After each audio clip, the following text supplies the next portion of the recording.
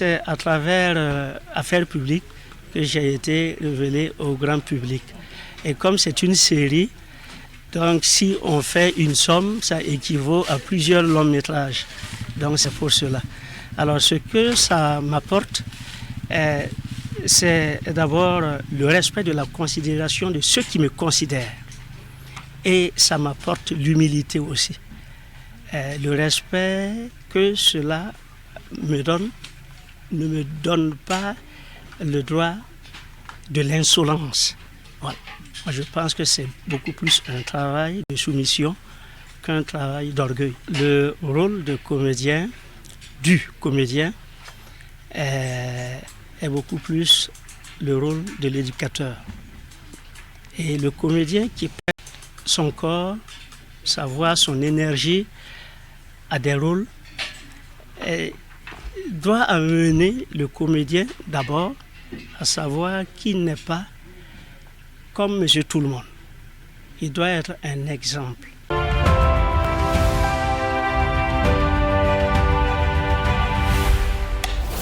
Quand on parle cinéma, il faut toujours se baser sur la politique de l'État burkinabé, sur ce que l'État burkinabé veut faire du cinéma. Et en ce moment, nous tous, on s'aligne là-dessus. Donc, ça, cette image-là, ici. Quand moi, je m'intéressais au cinéma, j'étais au bord de mon taxi à Bobo, ici. Donc, qui dit taxi, prend beaucoup de gens pour les amener dans différents coins, et puis c'est de différentes personnes qui rentrent, et chacun se confie au taximan, ou même s'il ne se confie pas, quand les gens parlent, le taximan aussi a l'oreille dessus. Mais les faits de société, tu n'entends que ça, tu n'entends que ça, tu n'entends que ça. Et donc moi, au bord de mon volant, j'écrivais, j'avais toujours un calepin, et puis un bic, j'écrivais. Moi, je sais écrire des histoires. J'écris des histoires avec mes fautes. C'est pas le plus important pour moi. C'est l'idée qui est. Donc, c'est pour dire à la nouvelle génération que c'est l'idée du cinéma. Si vous voulez écrire pour un bouquin, c'est différent. Mais si vous allez aller au cinéma, si vous n'avez pas la chance d'aller faire de grandes études cinématographiques, ne vous en offusquez pas. C'est de l'art. C'est vrai qu'il faut aller à l'école.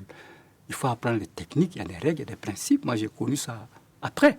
Mais avant, je n'avais pas ça. Je n'avais que ma passion de dire des choses, de parler aux gens, de trouver une solution. Je ne veux pas, ce n'est pas l'État qui doit trouver des solutions. Moi, je peux trouver une solution. Voilà. Donc, j'ai commencé comme ça. Aujourd'hui, là, avec l'expérience que j'ai eue, le matériel utilisé, ce n'est pas 4K, hein, 6K. Et l'année prochaine, j'achète 12K. Je vise Netflix. Je cherche de l'argent pour produire la nouvelle génération. C'est à Netflix qu'on peut avoir ça.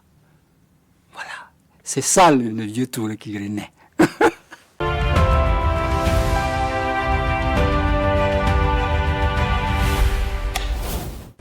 Une si longue nuit, c'est un film qui traite de violence conjugale et de terrorisme, la question sécuritaire. D'accord. Voilà, donc le film commence par l'histoire d'un voleur qui rentre dans une maison en fait pour voler.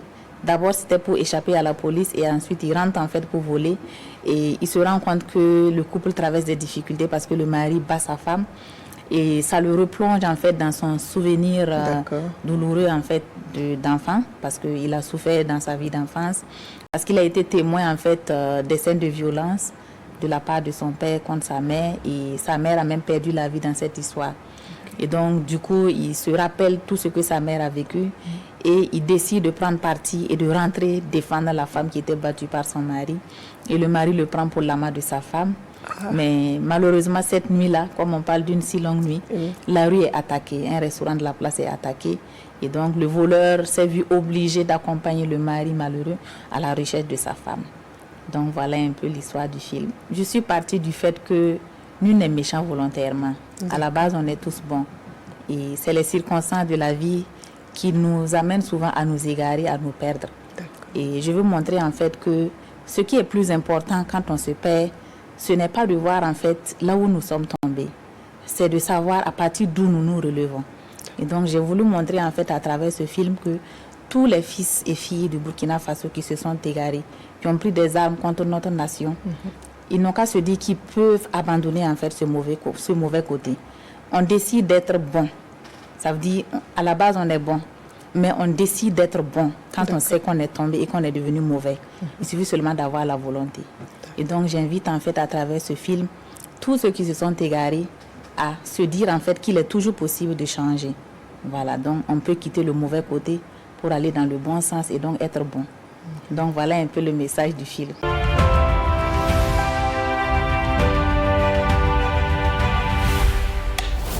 Dans l'histoire mondiale du cinéma, on a vu que dans beaucoup de pays où ces ciné-clubs se sont développés, il y a eu en même temps une grande dynamique de production de films, parce que les choses sont un peu liées, et on peut même dire, par exemple, en prenant un exemple africain, c'est le Maroc, où la Fédération des ciné-clubs du Maroc a permis à beaucoup de cinéastes de finir par s'exprimer. Mais ils ont commencé vraiment à être des cinéphiles et des membres actifs des ciné-clubs pour ensuite décider de faire du cinéma leur métier. Donc je crois que quand les films sont faits, ils doivent être vus. Ils doivent être vus, bien sûr, dans le circuit commercial normal, mais c'est très intéressant qu'ils soient vus dans le cadre des ciné-clubs où des gens apprennent à développer leur capacité de lecture critique des images, de compréhension des scénarios, etc. Et ça permet aussi à nos films de mieux exister, puisque des gens s'y intéressent de manière plus profonde en interrogeant tous les aspects artistiques, techniques, économiques qui concernent les films que nous fabriquons. Donc, de ce point de vue, j'estime que les ciné-clubs sont un carburant nécessaire au développement du cinéma national dans notre pays. Au niveau mondial, pour prendre une échelle plus large, les ciné-clubs ont une grande vitalité et il y a une fédération internationale des ciné-clubs et je me rappelle par exemple à Cuba, qui est quand même une nation dans laquelle le cinéma a joué un rôle important dans l'identité culturelle cubaine, dans la défense même de leur révolution, etc. Parce que dès qu'il y a eu la révolution en 1954, il y a eu en même temps une grande implication du cinéma comme à la fois un moyen de conscientisation, un moyen de consignation de tous les événements avec le développement du documentaire en particulier, etc. Donc je veux dire que bien souvent, les gens voient les ciné-clubs comme une petite chose, alors qu'en réalité, ça permet à un cinéma national d'une part, mais aussi de se développer, mais aussi que des citoyens normaux, des femmes, des hommes, des jeunes, des enfants, aient l'occasion de s'interroger davantage sur ce que représente le cinéma par rapport à nos sociétés. Je crois que c'est ça, le cinéma est le miroir de la société et aussi de l'âme humaine. Et donc, il y a moyen de vraiment pénétrer dans les films pour comprendre leur essence, connaître les auteurs qui les ont faits, s'intéresser aux comédiens qui ont travaillé là-dessus, au travail de tous les techniciens au niveau du son, de l'image, du montage, etc.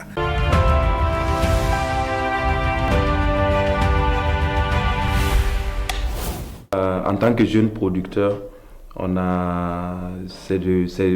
peut dire que c'est de l'autoproduction parce que la majeure partie des sous et même la totalité vient de nous-mêmes.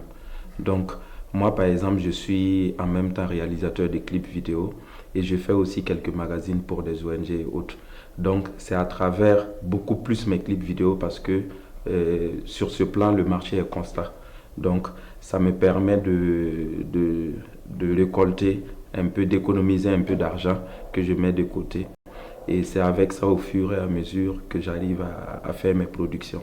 Et moi particulièrement, et pour mon cas, je pense que d'abord, je me suis toujours battu pour pouvoir mettre quelque chose sur pied, quelle qu'en soit la manière.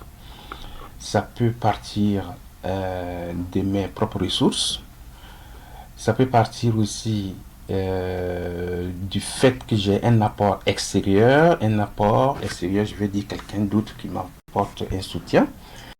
Ça peut partir du fait aussi qu'il y a une commande, comme ce qu'on appelle les films institutionnels. Quand je vois par exemple les films qui passent aujourd'hui dans nos salles de ciné, c'est des films qui sont produits à des bouts de ficelle. Et là, souvent, c'est très difficile parce qu'on a un public qui est très, très exigeant. Et quand c'est comme ça, c'est compliqué. Et aussi, il ne faut pas oublier qu'il y a assez de taxes, il y a beaucoup de taxes quand même. Parce que je prends juste un exemple simple en fait. Vous financez un film à hauteur de 10 millions. Il sort en salle. Et vous avez la TVA à payer. Et vous allez voir par exemple Ciné Burkina ou Ciné Nerwaya. Et on vous dit, bon, écoutez, nous, on projette le film, mais on se partage 50%, 50%. Et ça, ce n'est pas en fait la recette brute, non. C'est la recette des taxes. Alors que vous oubliez que le producteur a mis 10 millions déjà pour fabriquer le film. Et si on se retrouve avec une recette, par exemple, en fait, par producteur, de peut-être, disons, 7 millions à partager, on se retrouve à 3,5 millions, alors qu'il a investi 10 millions. Donc la perte, en fait, est du côté du producteur. Bon, les distributeurs ou les exploitants me diront que non, en fait, on utilise l'électricité, on utilise... Non, mais écoutez, arrêtons. L'autre aussi, il a mis du pognon dedans. Voilà, c'est pas tombé, en fait, du ciel, en fait, quand même. Donc, en fait, je crois qu'il y a souvent... Et ce genre de situation fait que c'est assez complexe. Et il y a aussi, je pense que chacun a sa part de responsabilité.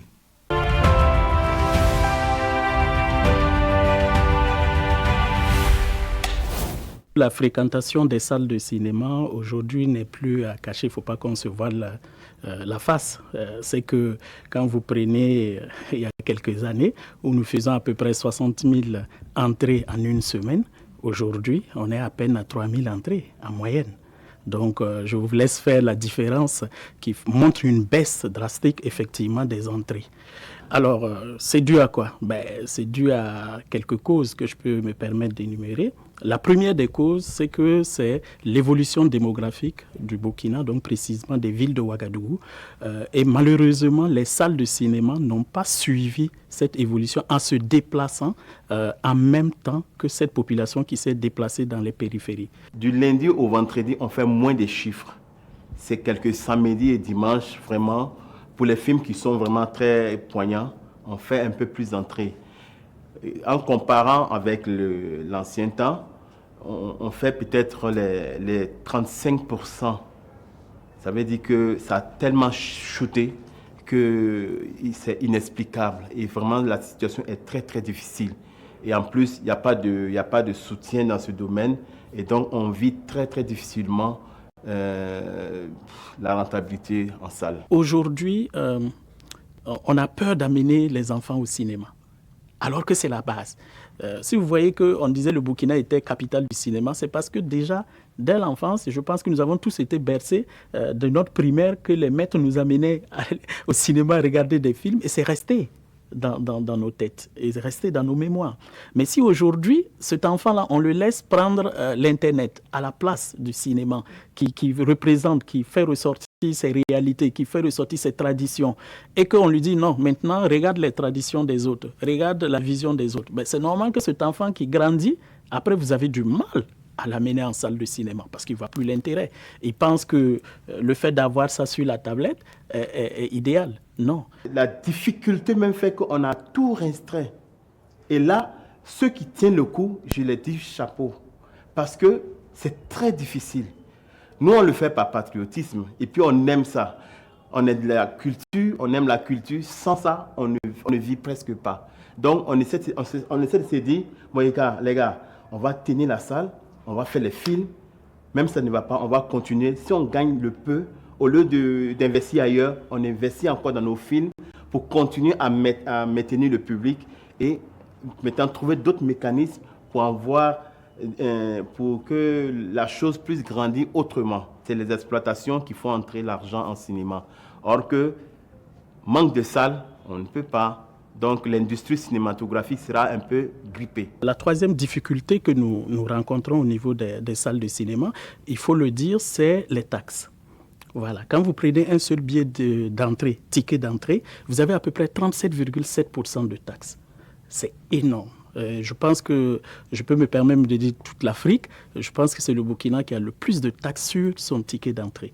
Ce qui veut dire que quand vous achetez un ticket de 1000 francs, vous devez déjà enlever 370 francs de côté. Et à peine les 600 francs qui restent, vous devrez maintenant partager ça en 3, c'est-à-dire entre vous, le distributeur et l'exploitant. Quand je dis vous, je parle du producteur. Donc, quand vous divisez les 3, chacun maintenant prend, l'exploitant va prendre par exemple sa part, disons qu'il a la moitié, 300 francs, et c'est dans ces 300 francs maintenant qu'il doit supporter toutes ses charges d'électricité, d'eau, personnel, les charges directes, et évidemment qu'à la fin du mois, il a du mal à payer le personnel. Sauver l'industrie cinématographique, parce que c'est le cœur. Chaque fois quand il y a les financements, on pense beaucoup plus à la production. Mais si tu produis, si tu n'as pas de salles pour diffuser, pour rentabiliser, ça veut dire que tu n'auras jamais de chiffre d'affaires. Donc pour moi, l'exploitation, la distribution et l'exploitation, c'est des maillons très, très, très, très importants. Et on n'est pas nombreux, nous sommes peut-être quelques dizaines au Burkina et plus actifs peut-être 3 personnes.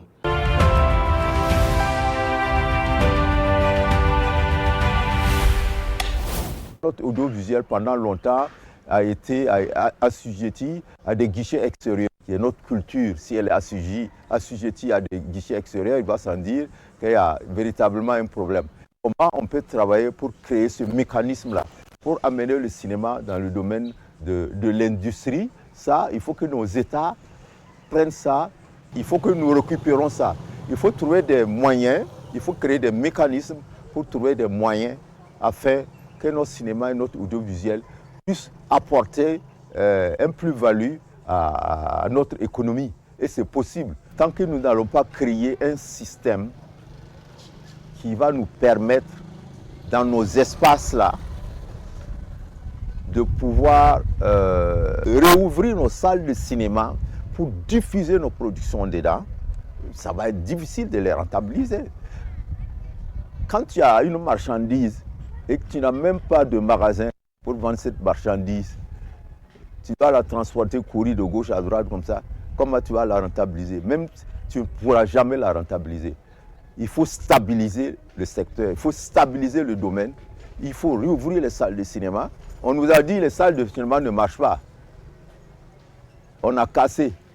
Mais il y en a qui sont venus ouvrir des salles de cinéma, je ne vais pas dire de non, à notre place. Vous trouvez ça normal? Les États font quelque chose. J'ai bénéficié des subventions de l'État, mais je crois que ce n'est pas suffisant. Le secteur est en train de grandir, ce n'est pas suffisant. Il faut vraiment réfléchir, trouver un autre mécanisme qui permette de produire à grande échelle pour concurrencer avec les productions qui nous viennent de l'extérieur. Parce que si on ne le fait pas, si c'est dans nos États comme ça, Burkina, machin et tout, je suis sûr que ça ne pourra pas marcher. Nous avons pratiquement les mêmes histoires, les mêmes problèmes, les mêmes préoccupations dans nos États. Je pense qu'il va falloir nous mettre ensemble, créer un environnement audiovisuel qui nous permette de produire à grande échelle.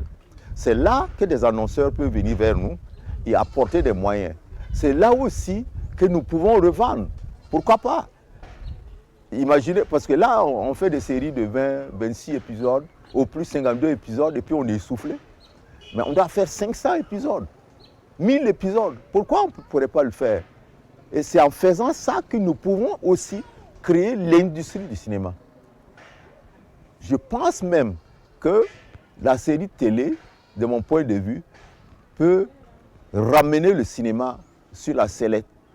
Imaginez simplement que des personnages qui passent dans les séries télé. Les personnages qui passent dans les séries télé, tous les soirs, ils sont chez les gens, à la maison chez les gens. Et imaginez qu'un seul jour, on prenne ces personnages, on les amène sur le grand écran et qu'on les sorte au cinéma. Les gens vont quitter la maison pour aller voir le cinéma. Si je prends l'exemple de Vis-à-vis, ça c'est une production de la télévision nationale de Burkina. Nous sommes partis de rien.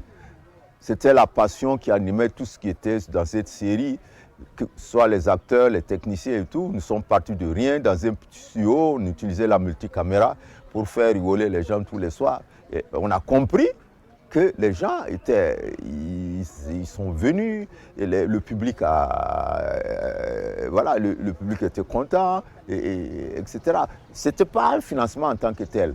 C'était une passion, c'est quelque chose que nous voulons créer et faire voir aux politiques que c'est possible de faire des choses nous-mêmes ici, afin que et plaire à notre public. Et nous l'avons fait.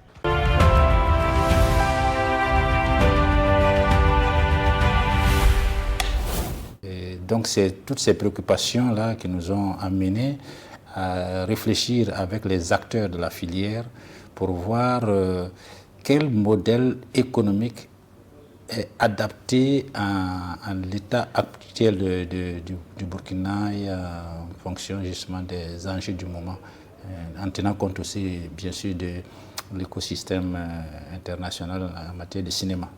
Je crois que comme le disait si bien Idrissa Ouedraogo, le cinéma c'est de l'art, c'est une science, c'est de la technique, et c'est de l'économie. Alors, donc c'est du business. Donc, il va sans dire qu'au regard des potentialités du cinéma aujourd'hui, au niveau africain, on sait qu'il est évalué à 20 milliards de dollars US s'il était totalement exploité à fond, et que ce n'est que 5 milliards seulement qu'on arrive à engager comme bénéfice, comme gain.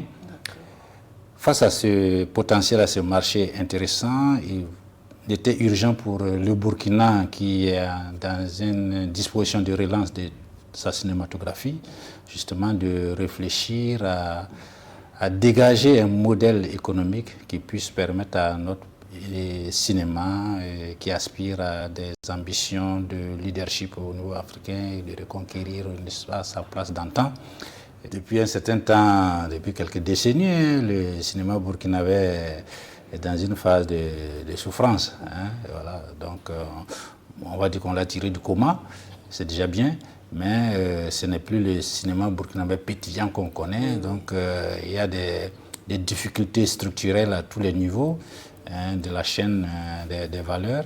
Et donc, que ce soit au niveau de la production, il y a une faiblesse à ce niveau. Aujourd'hui, on tourne autour d'une quarantaine de films par an, bon an, mal an, ce qui est faible. C'est assez faible. Voilà. Au niveau du financement, voilà, en dehors du FDCT, qui a bénéficié bien sûr du programme de l'Union européenne, qui a permis aussi de financer en partie le cinéma, mais avec une enveloppe maximum par projet de 39 millions, ce qui n'est pas grand-chose dans le milieu du cinéma. On a aussi l'appui ponctuel de l'État cette année, disons en 2022, par exemple, dans le cadre, en perspective du FESPACO, les cinéastes ont pu bénéficier d'une aide substantielle de l'État à hauteur de 1,5 milliard, ce qui a permis quand même de produire des films et faire en sorte qu'on puisse participer au FESPACO. On s'en est tiré bien d'ailleurs avec un étalon d'argent à travers CIRA. Et puis il y a des petites aides ponctuelles, voilà. Mais ça ne suffit pas pour vraiment parler industrie du cinéma. Il faut réfléchir et voir comment justement on a un modèle, et ce modèle justement doit inspirer le modèle de financement qu'il faut.